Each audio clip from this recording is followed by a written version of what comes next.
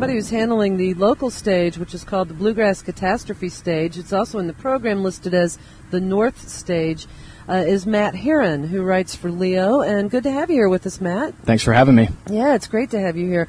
You do so much for local music in this town, and hopefully you feel the same about FPK in terms of all the bands that we've been playing. It Absolutely. looks like everybody on the North Stage, we have played their albums in our local rotation, except for Maiden Radio, and that's only because they haven't put out an album yet. Mm-hmm. But you and I were talking off mic just a moment ago about Joan Shelley, who's in that band, and then Cheyenne Marie Mize is also in that group, and they both have new, excellent solo records. Absolutely, yeah. Cheyenne's new EP is called Before Lately, and Joan Shelley's by Dawn Light.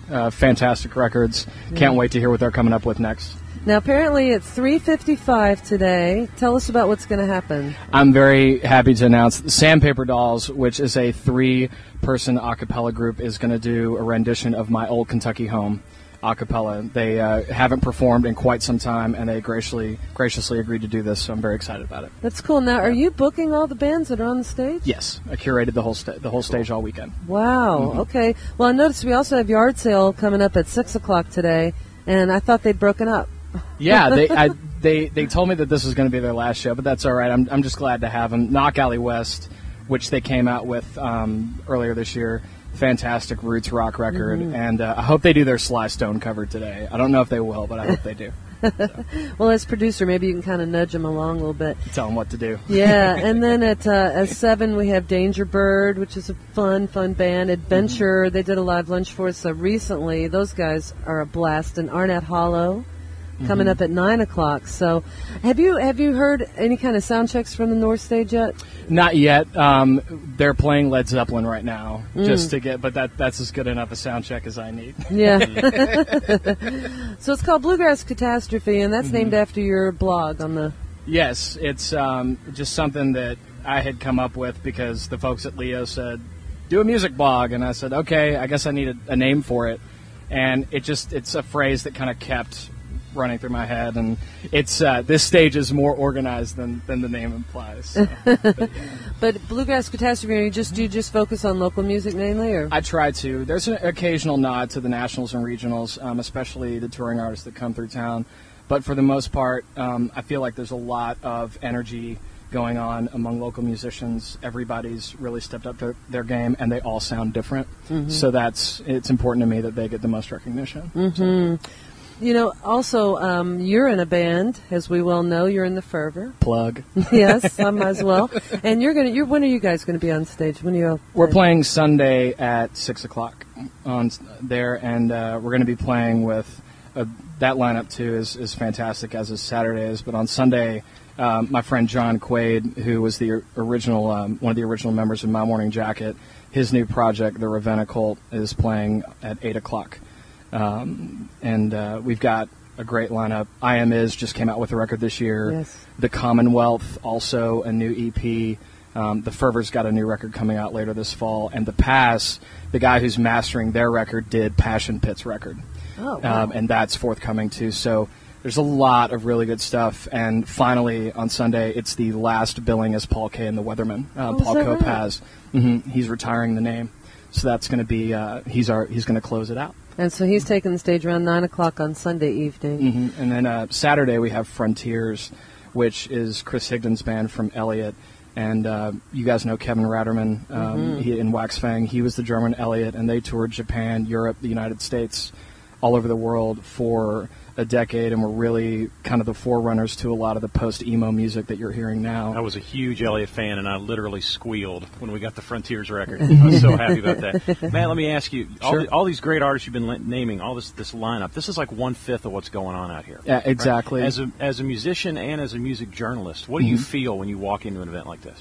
I feel like the people who are in Motown and Stax in the 50s, that all great music movements start regionally. Movements like the ones that were done by Touch and Go, Discord, and DC. Regional energy is extremely important, and it's important that it be maintained and celebrated. And thanks to Forcastle for giving me an entire stage to make that happen. I mean, I couldn't have done this without them. Wow. So. We just got visited by a duck. Sorry, I got distracted. It just flew away. We're really close to the river, real close to the harbor lawn as well. So that was kind of a nice little treat.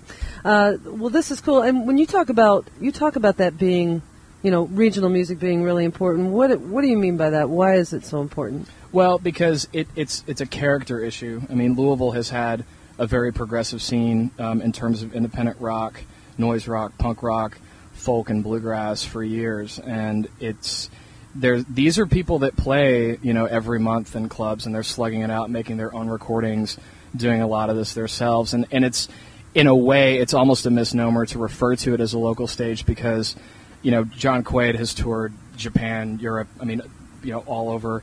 The Past just got back from the Northside Festival in New York. The Fervor, we've been touring for 4 years. Mm-hmm. Parlor has been to South by Southwest multiple times. So all of these acts are actually getting out and about and making a name for themselves and slugging it out on the road. So it's they're actually making a pretty big national impact and will for years to come, I think. Out of all these bands, and not just the ones here at Forcastle, but who do you see breaking through next? Possibly. I really want the Children to break through next. I think the dub music that they have, that style is fantastic. Brett Eugene Ralph just played the Electrical Audio Barbecue in Chicago, and he's a poet and an excellent musician. Frontiers already has a European record deal for their debut record right off the bat, and actually Scanner's hip-hop duo. I'm a pretty big critic of local hip-hop in terms of quality. These guys will blow the doors off.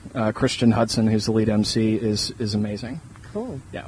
Well, thanks for letting us know about all those. And then, again, people can check out your blog at leoweekly.com, Bluegrass Catastrophe. And it's bluecat.leoweekly.com. Okay, bluecat.leoweekly.com. Now, again, the Bluegrass Catastrophe stage is featuring all of the great music that comes out of Louisville, and that is also titled as the North Stage, which is located where, Matt? It's east of the Harbor Lawn, behind the Sprouts Playground, kind of northeast of where everything's going on. You'll hear us. All right. Thank you so much for giving us a little bit of your time today. It's great to see you. Thank you very much.